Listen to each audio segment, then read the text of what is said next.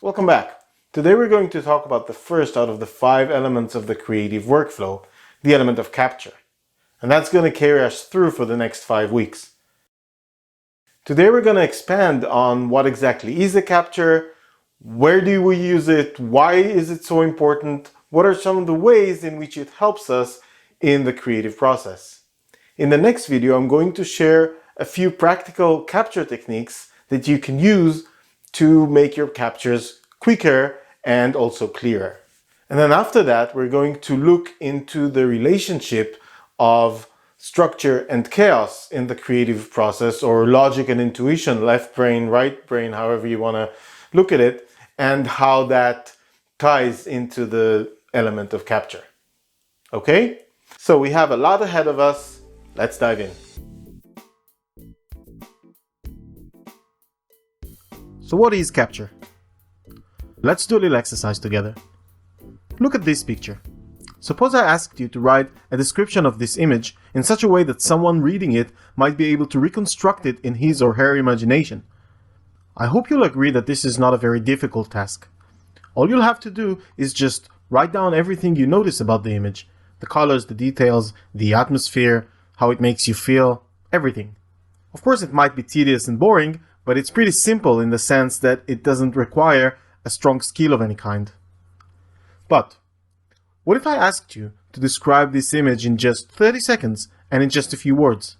Well, now it's getting interesting. Now there's a challenge. So let's try it right now. Grab something to write with and let's try it out. And please don't go, yeah, I'll do it later. I really want you to experience this with me. So just pause the video for a moment and get yourself a pen, and I'll be waiting right here. Okay, welcome back. Ready?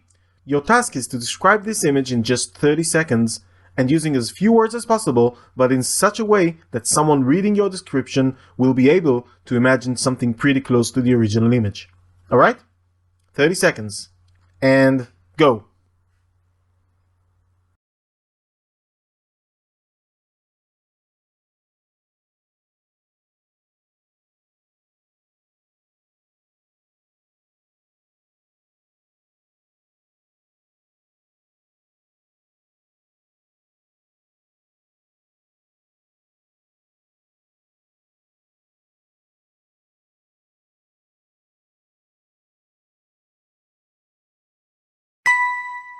Alright, 30 seconds are up. So, how'd it go? In case you're curious, here's what I came up with. And of course, I'm not showing it to say that this is the right way of doing it, because there is no right way or wrong way of doing it. I'm just sharing it with you because I think it's just fun to see how someone else did it. So here it is. Intense, diagonal, Siamese cat stalking, eyes like blue gemstones, on a dark branch, in a setting of bright autumn leaves. So that's my version. Now, I used a written description because it's a medium everybody knows how to use, but capturing doesn't have to be done with words in particular. You can capture the image with lines, for example like this. Or you can capture it with color, or with clay, or with a 3D program on your computer, or with any other creative medium. And it also doesn't have to be something visual that you're describing. You can capture an idea or an experience or a design concept or just a feeling you're having. So capturing is simply the idea of describing something as fully as possible, but also as briefly as possible. Basically, you're taking something that is perhaps very complex and full of details, and you're kind of squeezing it into this elegant, compressed form. And then you give someone this compressed description. And then that someone can later use your few well-chosen words or lines or notes or frames or whatever it is that you're using and reconstruct in their imagination the original thing that you were describing. And that's the kind of magic that our brain is just capable of. So why is capturing so important? Well, there are at least 5 very good reasons, and here they are. Reason number 1, capturing lets you get your ideas across really quickly before you've invested too much time and effort creating them. Have you ever been in a situation in which you've done a lot of work for a client, or maybe for your boss, and then realized way too late that they had something completely different in mind and you had to go back and redo a lot of the work? Only now your heart's not really in it anymore, right? Because you feel you're going against your better judgment on this thing. So you're doing mediocre work just to get it over with. Not very inspiring, right? But listen, this happens to so many artists. And it's so easy to just blame your boss or your client, say, he explained it wrong, he wasn't clear. This is easily solved by making a capture and discussing it early on.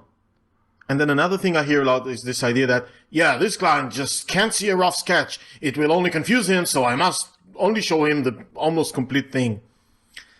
Well, I've been doing creative work for many different kinds of clients for almost 20 years now, and I have yet to meet a client that can't understand a good capture. And you might not like hearing that, but if a client can't understand your capture, chances are your capture is just not clear enough. Well, the good news are that in this course you'll learn how to capture your ideas in such a way that they really communicate. And by the way, this is also helpful if you are the client, you're the boss. If you want to get really good at showing your vision to your team and have them understand it and make it happen, you need to get good at communicating your ideas. And capturing is the best way of doing it, much better than explaining.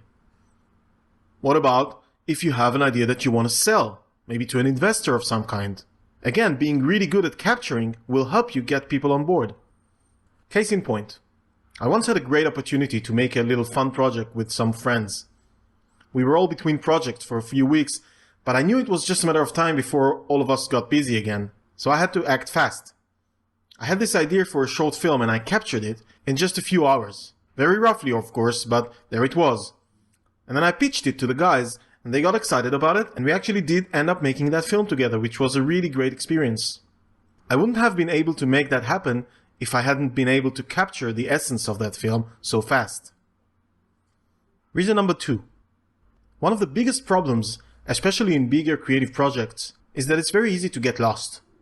I mean, here you are working on this wonderful creative project for maybe several weeks, maybe even several months, and you just get distracted along the way. It's so easy to kind of drift away from your original strong vision until all of a sudden, boom, you realize you have no idea where you're headed. Does that sound familiar? Well, capturing lets you nail down that original idea when it's still fresh, so that it doesn't go away. Like a lighthouse, that capture is always there to remind you what the whole thing is really about, what is the essence, what's important about it. Reason number 3 is that captures let you try many options quickly. Whether you're brainstorming ideas or trying out different solutions to a tough creative problem, capturing is the key to experimenting before you commit. My research of the creative process, as well as my own personal experience, tell me that one of the main differences between competent artists and struggling artists is that competent artists spend a lot of time experimenting with different solutions, whereas struggling artists spend a lot of time fixing their mistakes. And of course, experimenting is the faster and more fun way of doing it. But the reason for this difference, at least in part, is that if you're not so good at capturing, if it takes you too much time and the result just confuses you more, which is often the case with people who aren't used to capturing, then you kind of have no choice but to just plunge into it and hope for the best. So in this course, you're going to learn the basic skill that will allow you to experiment rather than fix. Alright, reason number 4. Working in passes is a technique in which you work in layers, starting with broad strokes and then gradually adding texture and complexity to the work. It's a great technique for dealing with really big and complex stuff. Now, the reason I'm talking about working in passes here is that if you think about it, what you're doing is essentially layering captures one on top of the other. For example, this is a really quick capture, and then a more refined capture comes on top of it, and so on. This idea deserves a longer explanation than this, but I don't want to get too far into it here, so just trust me on this one. Here's the bottom line though. Capture happens all the time throughout the creative process, from the preliminary search of ideas, through the development stage, and all through the gradual working in passes process. All you ever do is just layer upon layer upon layers of capturing in different levels. So the capture is actually the basic building block of creativity. Let me repeat that. Capture is actually the basic building block of creativity. It's the creative atom that allows us to create wonderfully detailed and complex works without getting lost. I find it interesting, by the way, that being good at quick and rough captures is actually the very skill you need in order to do slow, refined, and detailed work. There's one more reason that capture is important. Have you ever wished you could work faster without losing quality? Have you known maybe someone who was way faster than you and you just couldn't figure out how they do it? Well, if you think about it, what happens if you're always clear on where you're going, if you never waste time on going the wrong direction, if you experiment instead of fixing your mistakes, and if you master a skill that is actually the basic building block of the entire creative process? Here's what happens. You get faster, and I mean way faster, like twice or 3 times as faster. All you have to do is master the skill of capture, and this course is where you start doing that. Alright, I know what you're thinking. You're thinking, okay, how can I use this? Because I want to learn through doing. Glad you asked. Here's the exercise I want to suggest. Find a piece of art that you really appreciate and make it something from your field of work, your medium. So for example, if you're a writer, choose maybe a chapter of a book, or if you're a game designer, choose a game level that you really appreciate, that you really like, and so on. And I want you to do your best to capture it in about half an hour. Okay? So what I mean by that is, imagine that this is your creation. It's in your head. You're going to make it, right? It's in your head. This is how you imagine it.